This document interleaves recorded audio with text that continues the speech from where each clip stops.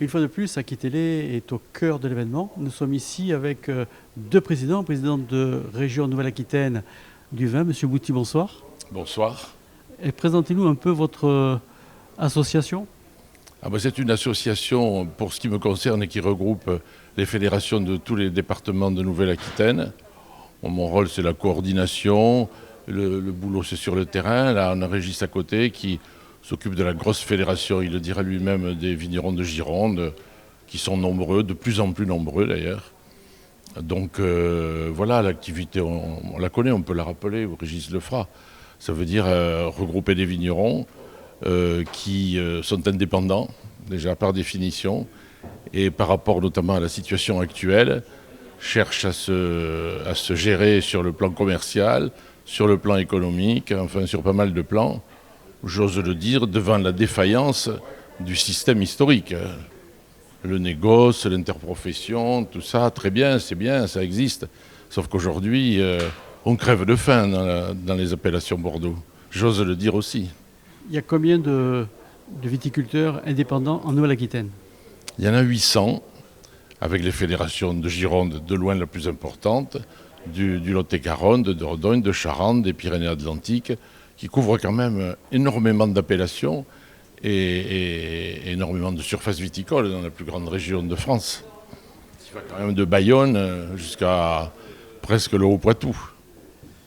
Régis, vous êtes donc le président Gironde. Votre rôle, c'est quoi exactement?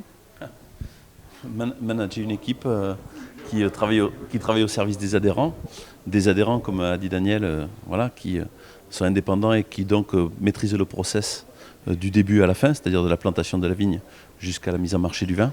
On est des metteurs en marché direct, effectivement. C'est peut-être aussi ce qui nous différencie de, comme dit Daniel, ce qui se passe à Bordeaux depuis très longtemps. Nous, on a la capacité d'aller au contact direct du consommateur et expliquer au-delà de ce qu'est le vin, ce qu'est le métier de vigneron. Est-ce que vous êtes indépendant du CIVB? On ne peut pas être indépendant du CIVB. On a des cotisations volontaires obligatoires à verser. Cependant, on a pris en main, il y a bien longtemps déjà, nos prédécesseurs, dont Daniel fait partie, le système commercial de nos vins. Alors vous êtes viticulteur à quel endroit, vous? Moi, je suis vigneron entre Bordeaux et Libourne, à Sallebeuf. C'est un petit village nord entre-deux-mers, limite des côtes de Bordeaux. C'est le tout début de l'entre-deux-mers qui va jusqu'au Lot-et-Garonne.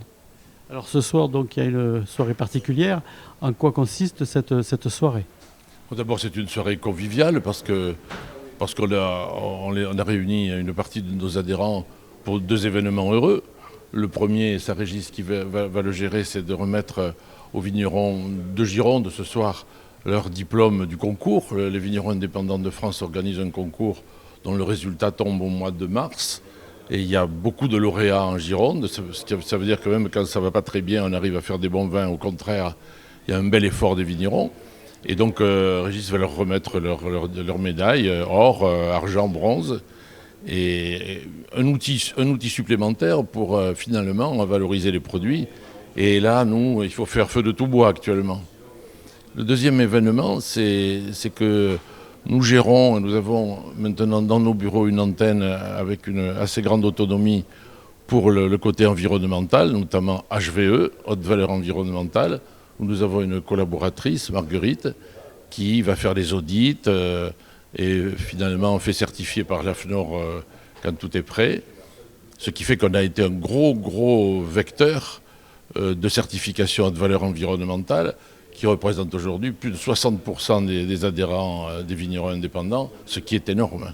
Donc il y a une vraie prise de conscience. Ils sont sérieux, les vignerons indépendants. Ils sont sérieux parce qu'ils veulent réussir, ils ne veulent pas faire le métier à moitié.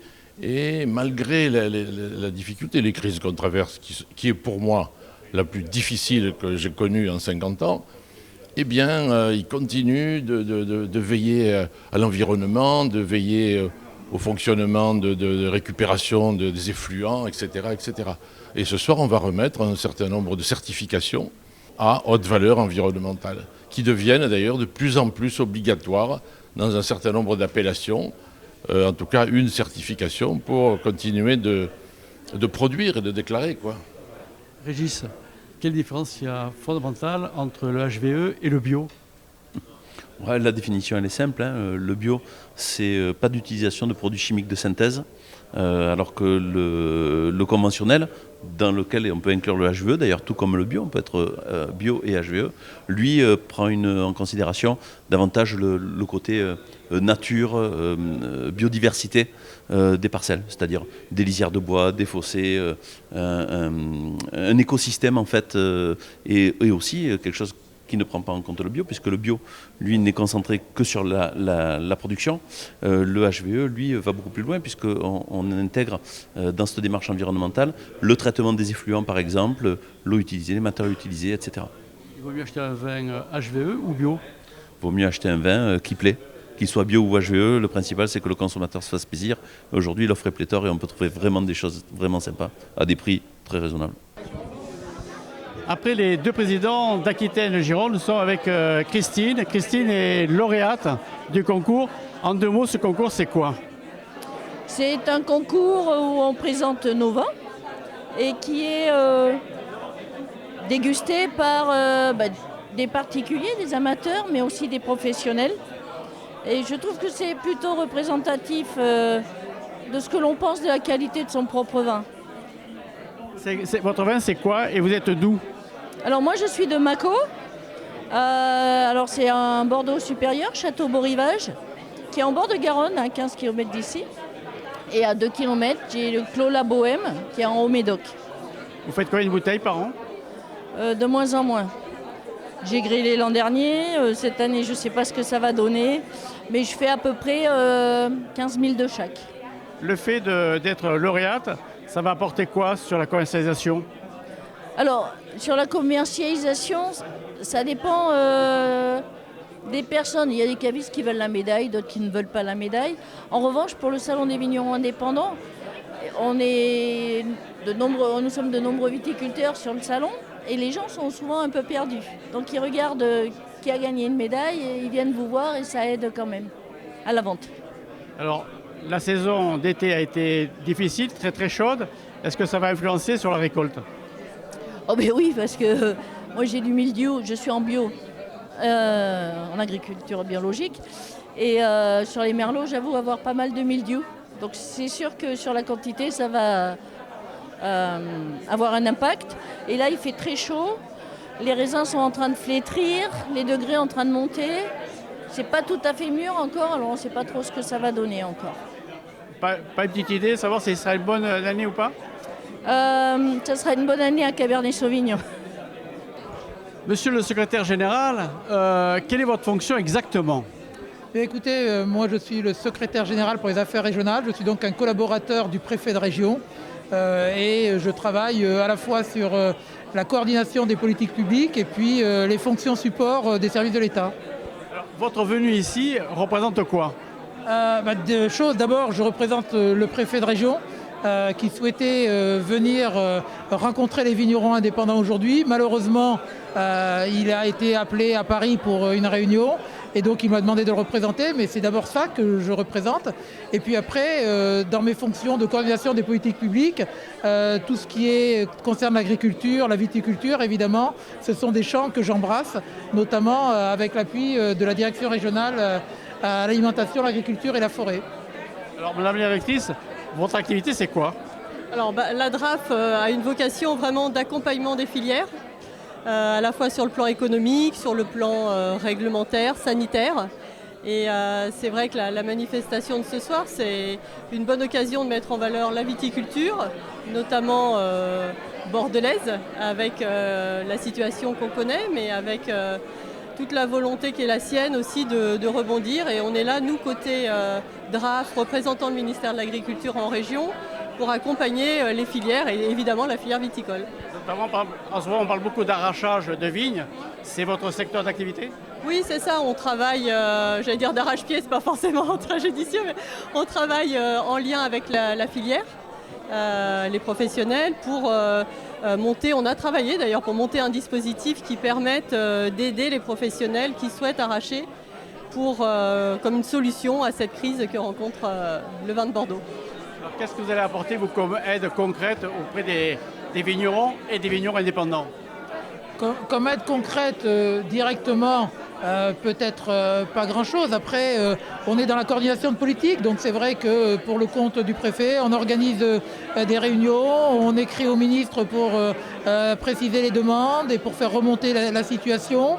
Et puis après, il y a effectivement des budgets qui sont dévolus au préfet de région pour intervenir. L'arrachage, c'est évidemment un financement en partie État, donc ça va passer par des budgets régionaux qui seront après versés aux viticulteurs, puisque vous avez posé la question. Mais évidemment, on intervient aussi dans le cadre plus positif. Par exemple, le préfet préside les réunions du comité de bassin viticole. Donc c'est vrai que dans ce cadre-là, il est sur l'accompagnement de la filière en permanence. Et puis sur une soirée comme ça, on a quand même aussi la chance de pouvoir mettre en avant des pratiques vertueuses, puisque ce soir on va beaucoup parler de haute valeur environnementale. Et c'est important aussi de pouvoir accompagner et mettre en valeur ce type de pratiques.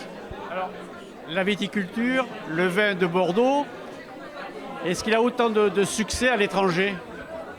Alors là, il faudrait plus poser la question aux professionnels. Après, ce n'est un secret pour personne que la filière aujourd'hui rencontre des difficultés et que ces difficultés, elle les joue sur les marchés intérieurs et sur les marchés à l'export également, mais avec aussi, comme souvent, beaucoup d'hétérogénéité. C'est-à-dire que vous avez des catégories de vins qui se vendent bien, et d'autres pour lesquels c'est plus compliqué. Et le travail d'accompagnement de la filière, c'est d'essayer d'aider ceux qui ont des difficultés tout en ne mettant pas des bâtons dans les roues de ceux pour qui ça fonctionne bien. Dernière question. Oui, le bateau bouge un tout petit peu. Est-ce que le fait d'arracher les vignes va faire en sorte d'augmenter la qualité du vin ? Je pense que c'est pas l'objectif d'augmenter la qualité du vin. C'est vraiment un dispositif qui a un objectif un peu sanitaire aussi, parce que vous savez qu'il y a pas mal de maladies qui touchent la vigne. Et donc le fait que des vignes soient abandonnées parce qu'il n'y a pas forcément de débouchés, c'est préjudiciable à la santé des vignes. Donc ça va permettre d'améliorer peut-être la qualité sanitaire.